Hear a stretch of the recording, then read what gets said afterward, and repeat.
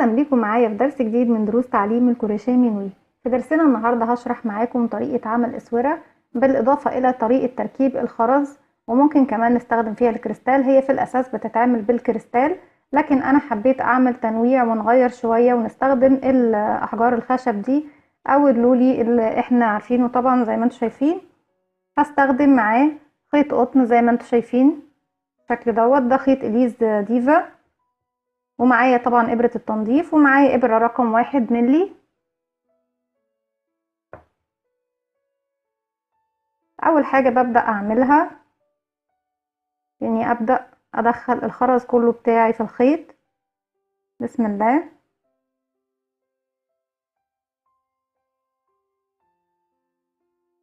بنلضم كل الخرز بتاعنا او اللولي بتاعنا، وطبعا زي ما قلت لكم هو في الاساس الاسورة بتتعمل بالفصوص اللي هي الالماس،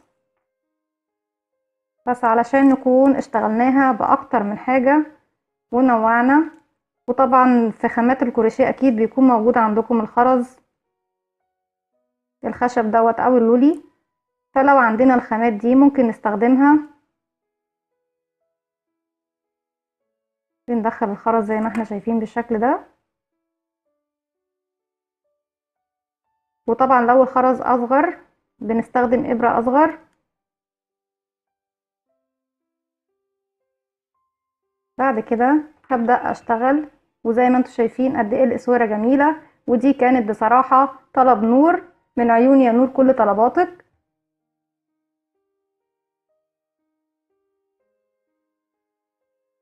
اول حاجة هنبدأ نعملها بسم الله الرحمن الرحيم.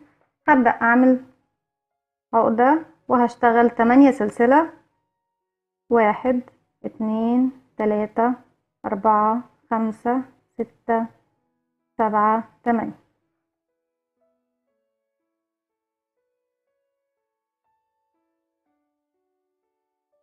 بعد كده هقفل بمنزلقة، بس هاخد معايا واحدة من الخرز او اللولي اللي معايا وهروح اقفل بمنزلقة.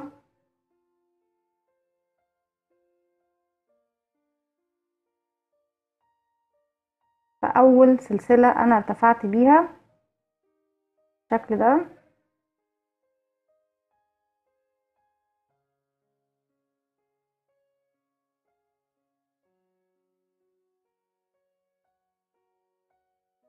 طبعا انا عايزة اضيق المكان.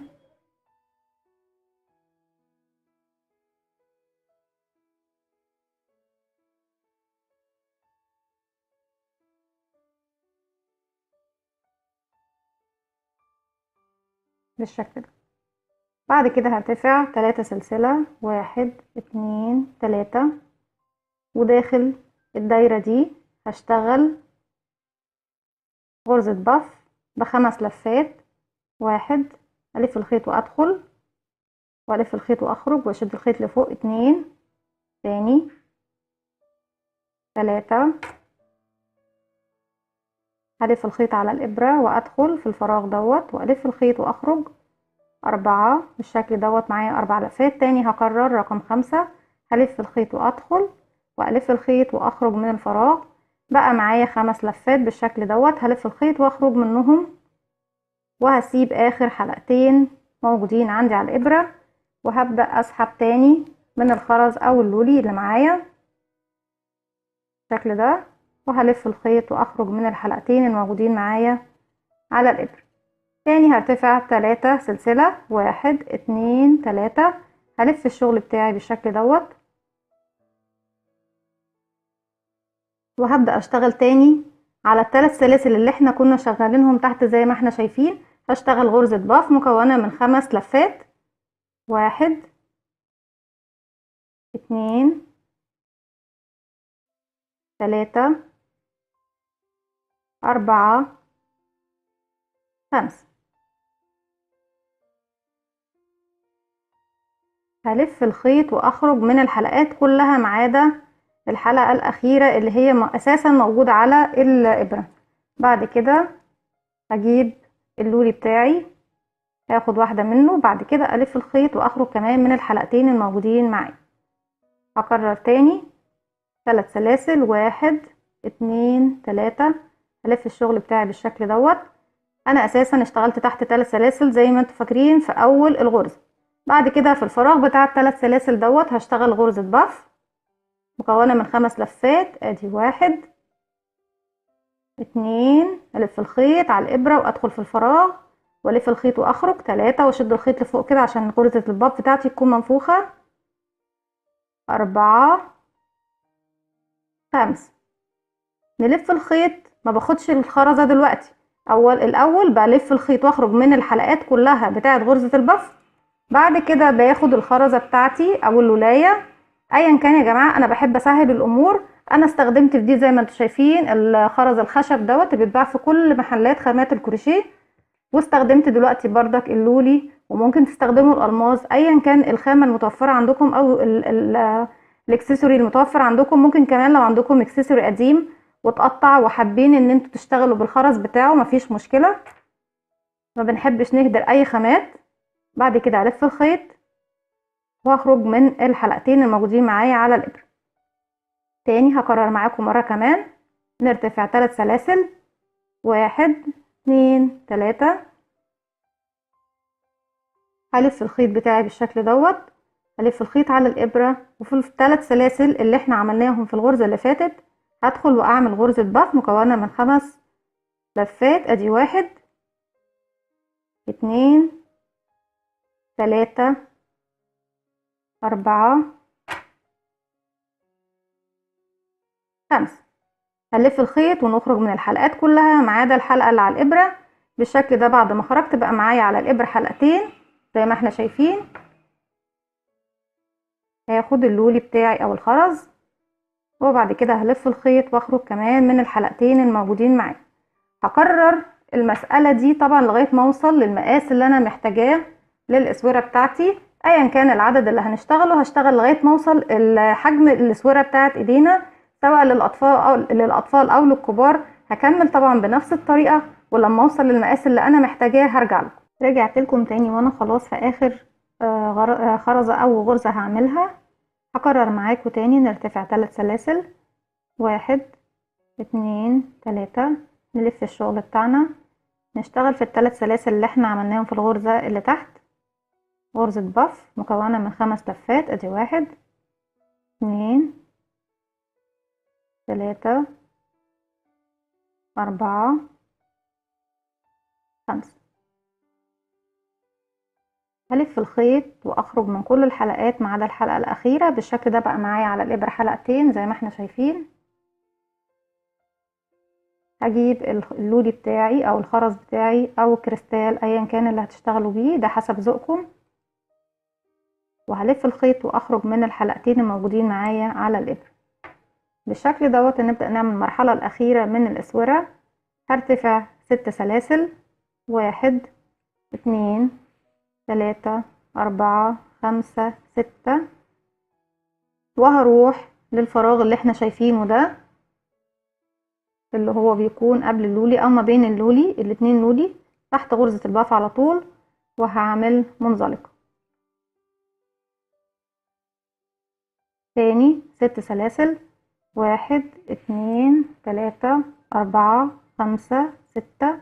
وهروح للفراغ اللي بعده هنا وهعمل منزلقة.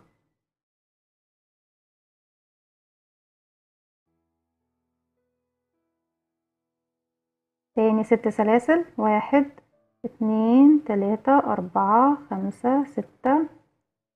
ونروح للفراغ اللي بعده اللي هو بيكون ما بين اللولي اللي تحت غرزة الباف اللي هي دي وفوق غرزة الباف دي اللي هو الفراغ ده، ندخل جواه ونعمل غرزة منزلقة. هكمل طبعا لغاية ما اوصل للمكان دوت، وبرضك هعمل 6 سلاسل وهاجي الناحية دي اجي للفراغ ده و6 سلاسل والفراغ ده لغاية ما اوصل للبداية اللي انا بدأت منها. هكمل بنفس الطريقة 6 سلاسل ونعمل منزلقة في الفراغ وهرجع لكم. رجعت لكم تاني وانا كده خلاص خلصت السلاسل في الاتجاهين وعملت اخر 6 سلاسل. هقفل بمنزلقة في نفس المكان اللي انا بدأت منه السلاسل في البداية بالشكل ده. بعد كده هرتفع سلسلة ارتفاع غرزة الحشو وداخل ال6 سلاسل دول فوقيهم هنشتغل 6 غرز حشو. 1 2 3 4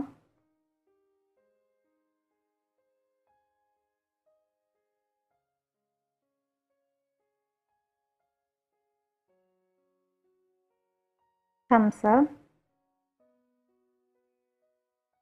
6.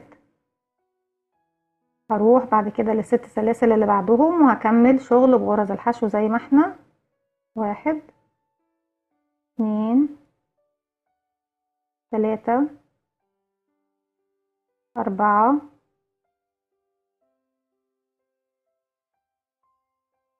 5 6. وهكذا فوق كل 6 سلاسل هنشتغل 6 غرز حشو. 1 2 3 4 5 6 زي ما احنا شايفين بالشكل دوت. هكمل بغرز الحشو فوق كل السلاسل اللي قدامي ال6 زي ما احنا شايفينهم لغايه ما الف حوالين الاسوره كلها، وبعد كده هرجع له. رجعت لكم تاني وكده اكون خلصت كل غرز الحشو بتاعتي. هقفل بمنزلقه في اول غرزه تقابلني في الطرف التاني بالشكل ده، وبعد كده ببدا اركب القفل بتاعها اللي هو قفل اي اكسسوري عندنا او ممكن نشتريه مخصوص مفيش مشكله. زي ما احنا شايفين شكل الاسوره بتاعتنا. وممكن كمان لو حابين تعملوها بندانة، بدل ما هنركب قفل والحلقة بتاعته الناحية التانية هنركب استك من الطرفين، يعني استك هنجيبه لو نعتبر ده الاستك وهنيجي نشبكه من الطرف ده ومن الطرف ده، وهتكون بندانة من نفس نوع الاسورة اللي احنا عاملينها زي ما احنا شايفين بالشكل ده. قد ايه جميلة وشيك. ودي كانت فكرة نور النهاردة. اتمنى يا رب ان هي النهاردة يكون شرحي مبسط ويعجبها الحلقة، واتمنى كمان يعجبكم الفيديو. لو عجبكم الفيديو اعملوا لي لايك وشير وسبسكرايب. استنوني في فيديو جديد من وي.